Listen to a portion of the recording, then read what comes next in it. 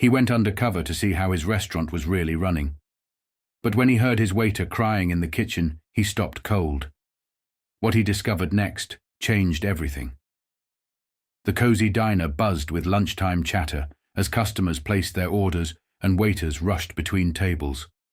No one paid attention to the man sitting quietly in the corner, dressed in a simple hoodie and jeans. That man was Jonathan Reed, the owner of the diner. No one recognized him. And that was exactly the point. Jonathan had built his restaurant empire from the ground up, but something had felt off lately. Complaints had increased. Staff turnover was high. He needed to see things for himself, not as a CEO, but as a regular customer. A young waiter approached, forcing a smile. "Welcome to Rosie's Diner. Can I take your order?" Jonathan studied him. The kid, maybe in his early 20s, looked exhausted. Dark circles under his eyes, shoulders tense, a sadness behind his smile. "Just a burger and coffee," Jonathan said casually. The waiter nodded and scribbled it down. "Coming right up." As he walked away, Jonathan couldn't shake the feeling that something was wrong. He had seen struggling employees before, but this was different. Then, just as he was sipping his coffee, he heard it. A muffled sob. Jonathan froze. It was coming from the kitchen. Curious and suddenly uneasy, he stood up and slowly made his way toward the back. When he peeked inside, he stopped cold. The same young waiter was in the corner, his hands gripping the counter, tears running down his face. Jonathan's stomach twisted. Something was very, very wrong. And he was about to find out exactly what. Jonathan's grip tightened around his coffee cup as he watched the young waiter try to compose himself. Tears streamed down his face, his shoulders shaking. He wiped his eyes quickly, as if trying to push away whatever pain had overtaken him. Jonathan wasn't the kind of man to ignore something like this. This was his restaurant, and this was one of his employees, hurting, alone, in pain. He stepped forward, clearing his throat. "Hey, kid, you okay?" The waiter flinched, quickly turning around. His face went pale when he saw Jonathan standing there. I'm fine," he stammered, hurriedly wiping his face. "Sorry, I just needed a second." Jonathan crossed his arms. "Doesn't look like nothing." The young man hesitated, his eyes darting around as if searching for an escape. For a moment, Jonathan thought he wouldn't say anything. Then, the dam broke. "I just got a call from the hospital," the waiter whispered. His voice cracked.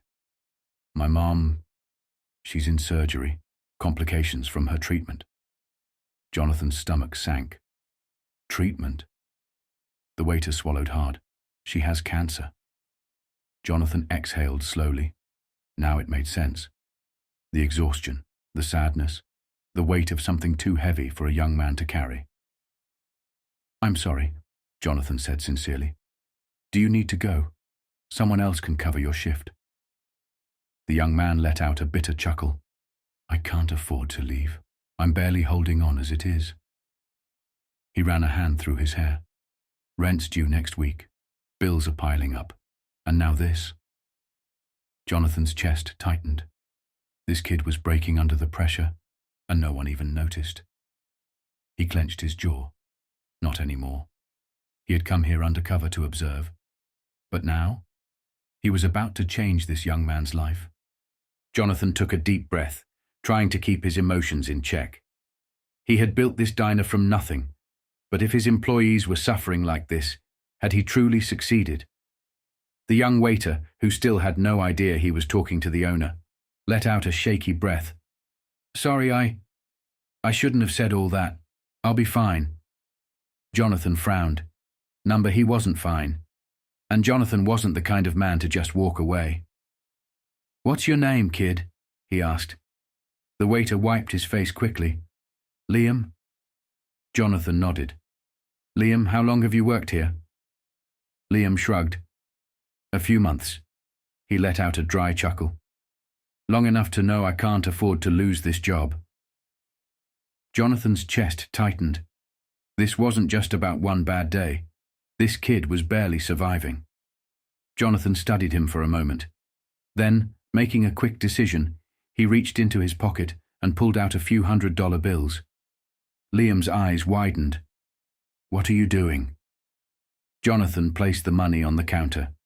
"Go to the hospital. Be with your mum." Liam took a step back, shaking his head. "No, I can't accept this. I don't even know you." Jonathan smirked. "Oh, I think you'll want to hear who I am before you say no." Liam frowned. "What?" Jonathan took a deep breath and extended his hand. "I'm Jonathan Reed. I own this diner." Liam's mouth dropped open. His boss, the man behind the name on his paychecks. "I came here undercover to see how things were running," Jonathan continued. "And now? I'm realizing there's a lot I need to fix, starting with making sure my employees don't have to choose between their jobs and their families." Liam was speechless. I don't know what to say." Jonathan smiled. "Say yes. Take the money. And when you come back, we're going to have a real conversation about how to make things better around here." Liam's eyes filled with fresh tears, but this time they weren't from pain. They were from relief. As he finally reached out and took the money, Jonathan knew one thing for sure. He had come here to check on his business. Instead, he had found his purpose. Liam stood frozen for a moment, staring at the money in his hands. This didn't feel real. "The job will still be here when you get back," Jonathan said firmly. "Go. Be with your mom." Liam swallowed hard, his emotions barely contained. "Thank you. I don't even know what to say." Jonathan patted his shoulder. "Then don't. Just promise me one thing." Liam nodded. "Anything." Jonathan smiled. "When you're in a position to help someone else, do it." Liam's eyes glistened, and after one final nod, he rushed out the door. Jonathan exhaled and leaned against the counter. He had come here to check on his business, but he had found something far more important: his responsibility. The next morning, Jonathan called a meeting with the entire staff. One by one, employees filed in, confused but curious. Jonathan stood at the front, no longer in disguise, but in his usual tailored suit. This time he wasn't here as an observer. He was here as their leader. "I came here undercover to see how things were running," he began. "And I realized something. I've been focused on numbers, profits, and growth. But I forgot about the most important part of this business: you." Murmurs spread through the room. Jonathan continued, "That changes today. From now on, we're increasing wages, providing better benefits, and ensuring no one has to struggle alone." The employees sat in stunned silence. This was the kind of speech CEOs never gave. One of the cooks hesitated before asking, "Why are you doing this now?" Jonathan smiled. "Because someone reminded me what really matters." From that day forward, the diner wasn't just a business. It became a place where people were valued, where employees were more than just workers. They were family. And Liam? He returned a week later, exhausted but relieved.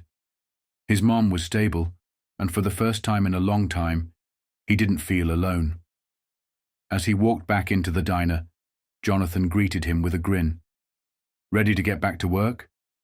Liam smiled. "More than ever." And just like that, a small act of kindness had changed both of their lives forever. Because at the end of the day, it wasn't about profits or reputation. It was about people. 1 year later, the diner had changed. Not in the way it looked, but in the way it felt. Liam walked through the doors, no longer just a struggling waiter, but now the assistant manager of the very place that once felt like his only lifeline. His journey had come full circle. Under Jonathan's leadership, the diner had transformed.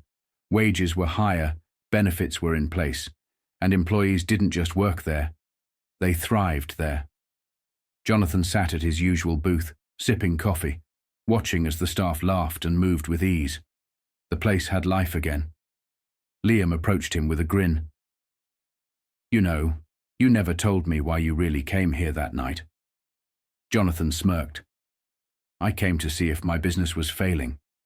He glanced around. Turns out I wasn't failing at business. I was failing at taking care of the people who made it run.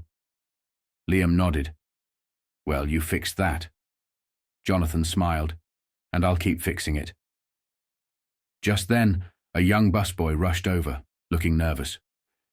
Hey, Mr. Reed? Jonathan raised an eyebrow. Yeah? The kid hesitated, then spoke. I just wanted to say, thanks. This job changed my life. Jonathan exchanged a knowing look with Liam before turning back to the kid. Then do me a favor. When you get the chance, change someone else's. The busboy smiled, nodding before hurrying off. Liam chuckled. That sounds familiar. Jonathan laughed. Some lessons are worth repeating.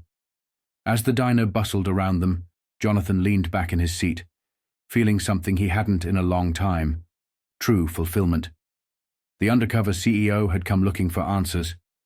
Instead, he had found something far more valuable. Purpose. And as long as he had the chance to change lives, he would never stop.